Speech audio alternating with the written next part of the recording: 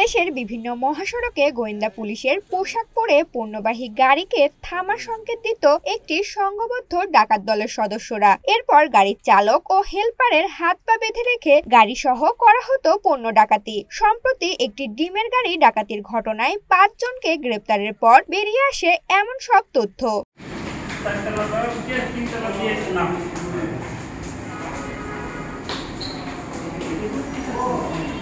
মহাসড়কে ডিবি পুলিশের পোশাক পরে লেজার লাইট দিয়ে সংকেত দিয়ে পণ্যবাহী গাড়ি থামিয়ে ডাকাতি করে আসছিল তারা। এই চক্রটি ধারাবাহিকভাবে মূল্যবান যে কোনো পণ্যবাহী গাড়ি দেখলে সংকেত দিত। সম্প্রতি রূপগঞ্জে ডিমবাহী গাড়ি থামিয়ে চালকের হাত পা বেঁধে ডাকাতির ঘটনায় 5 জনকে গ্রেপ্তার করা হয়েছে। এই চক্রটি ডাকাতি করা পণ্য বিক্রি করত, পাশাপাশি ডাকাতি করে নেওয়া গাড়ি দিয়ে তারা আবার ডাকাতি করত। দায়ের করা মামলা থেকে জানা যায় ডাকাত দলের সদস্যরা প্রতিদিনই মহাসড়কে অবস্থান নিয়ে পণ্যবাহী গাড়ি ডাকাতি করত। তারা প্রথমে পুলিশ সেজে গাড়ি থামার সংকেত দিত, এরপর পুলিশ পরিচয়ে গাড়ির কাগজপত্র ও মালামাল সম্পর্কে জানতে চাইতো। এ সময়ের মধ্যে ডাকাত দলের অন্য সদস্যরা চালক ও তার সহকারীর হাত পা বেঁধে নিজেদের অন্য গাড়িতে তুলে নিত।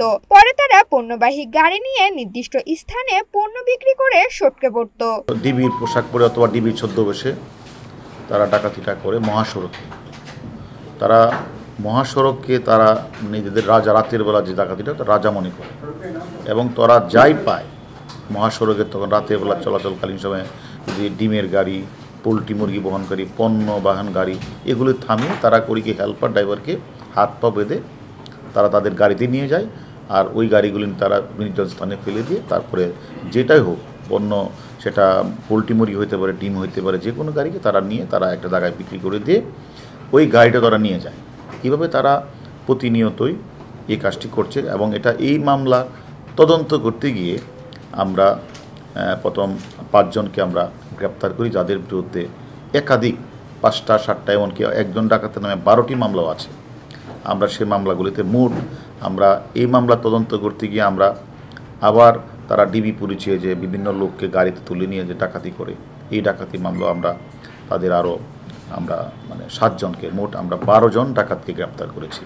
অভিযান সংশ্লিষ্ট মতিঝিল বিভাগের কর্মকর্তার বরাত দিয়ে জানা যায়, গ্রেপ্তারকৃত ডাকাত দলের সদস্যরা নিজেদের আড়াল করতে অত্যন্ত কৌশলী। তারা নানা প্রযুক্তি ব্যবহার করে নিজেদের মধ্যে যোগাযোগ রক্ষা করত। তাদের কাছ থেকে ডাকাতিতে ব্যবহৃত বিভিন্ন মডেলের 5টি গাড়ি, পুলিশের ওয়্যারলেস জ্যাকেট উদ্ধার করা হয়েছে।